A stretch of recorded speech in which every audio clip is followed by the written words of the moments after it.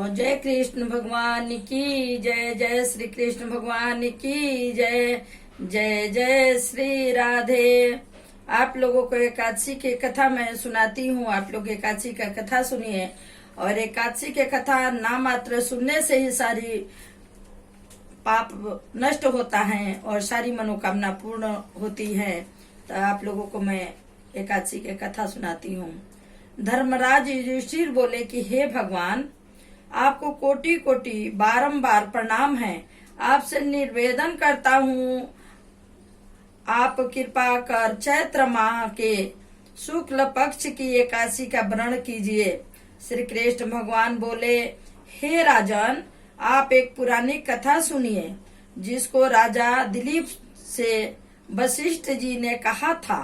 राजा दिलीप ने पूछा कि गुरुदेव, चैत्र मास के शुक्ल पक्ष की एकादशी का क्या नाम है? इसमें किस देवता की पूजा होती है तथा इसकी विधि क्या है, सो कहिए। महर्षि वशिष्ठ जी बोले, हे राजन, चैत्र माह के शुक्ल पक्ष की एकादशी का नाम कामदा है। यह पापों को नष्ट कर देती हैं और पुत्र की प्राप्ति होती है। इसके व्रत से कुयोनी छूट जाती हैं और अंत में स्वर्ग की प्राप्ति होती है।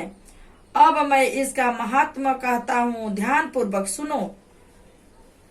प्राचीन काल में एक भोगीपुर नामक में पुड़िक नामक एक राजा राज्य करता था। वहाँ अनेकों अप्सराएं, गंधर्व, किन्नर आदि वास करते थे।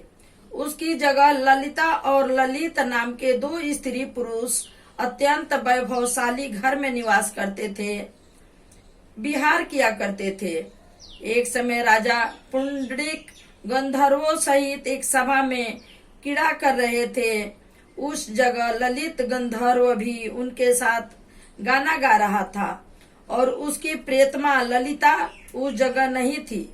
इससे उसको याद करने के कारण अशुद्ध गाना गाने लगा। नागराज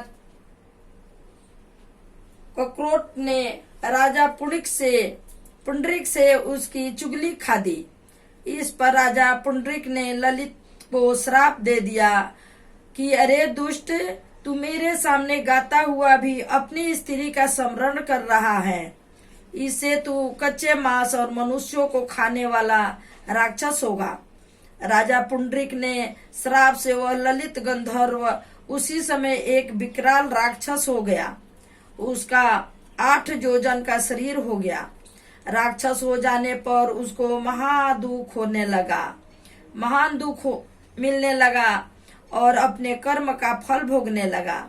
जब ललिता को अपने प्रीतम ललित का ऐसा हाल मालूम हुआ तो वह बहुत दुखी हुई।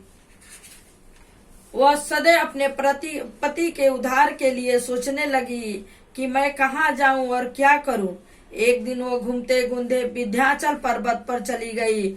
उसने उस जगह ऋषि श्रृंगी ऋषि का आश्रम देखा।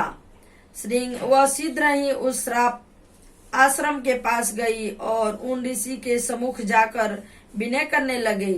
उसे देखकर श्रृंगी ऋषि बोले, हे शुभंगे, तुम कौन हो और यहाँ किस लिए आई हो? ललिता बोली, हे मुनि, मैं वीर धनवा नामक गंधर्व की कन्या ललिता हूँ। मेरा पति राजा पुंडरीक के श्राप से एक भयानक राक्षस हो गया है। आप उसके राक्षस योनि से छूटने का कोई श्रेष्ठ उपाय बतलाइए। तब श्रृंगी ऋषि बोले, अरे गंधर्व कन्या ललिता, अब चैत्र माह के शुक्ल पक्ष की एकादशी आने वाली है। उसका नाम कामदा एकादशी है। उसका व्रत करने से मनुष्य के समस्त कार्य शीघ्र ही सिद्ध हो जाते हैं। यदि तू उसके व्रत के पुण्य को अपने पति को देती है तो वह शीघ्र ही राक्षस योनि से छूट जाएगा। मुनि के वचनों को सुनकर ललिता ने आनंद पूर्वक उसका व्रत किया और द्वादशी के दिन ब्राह्मणों के सामने अपने व्रत का फल अपने पति को देने लगी और भगवान से इस तरह प्रार्थना करने लगे कि हे प्रभु, मैंने जो व्रत किया है उसके पुण्य से वो राक्षस योनि से शीघ्र ही छूट जाए।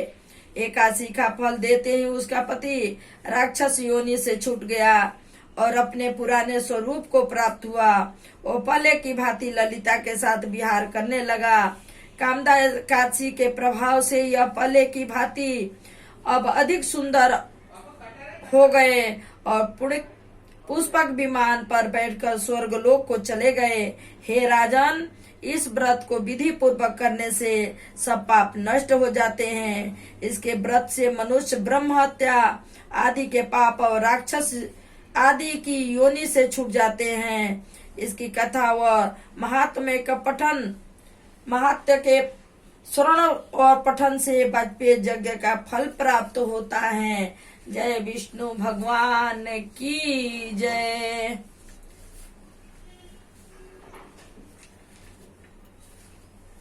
और यही एकादशी का कथा है।